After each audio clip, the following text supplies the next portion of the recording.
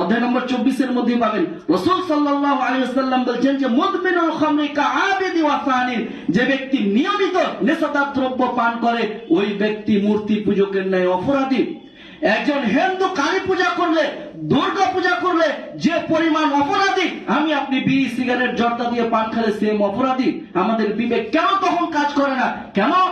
আপনি একটা দোকানে প্রোডাক্ট কিনতে গেলে তার ডেট অফ বার্থ দেখেন, সময় ঠিক আছে কিনা এটা আমি চেক করি, যদি ডেট ফেল হয় তাহলে ওই প্রোডাক্টটা ঘুরিয়ে দিই। কিন্তু সিগারেটের গায়ে, মদের গায়ে নির্দিষ্ট করে লিখে দেওয়া হয়েছে যে এটা আপনার শরীরের জন্য ক্ষতিকারক, এটা ক্যান্সারের উপদ্রব এবং পিকচার সহ দেওয়া আছে, তারপরও আমি আপনি সিগারেট বিড়ি মদ পান করি কেন?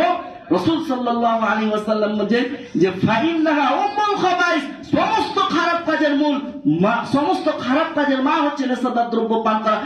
তখন আমার আপনার আর বিবেক কাজ করে না।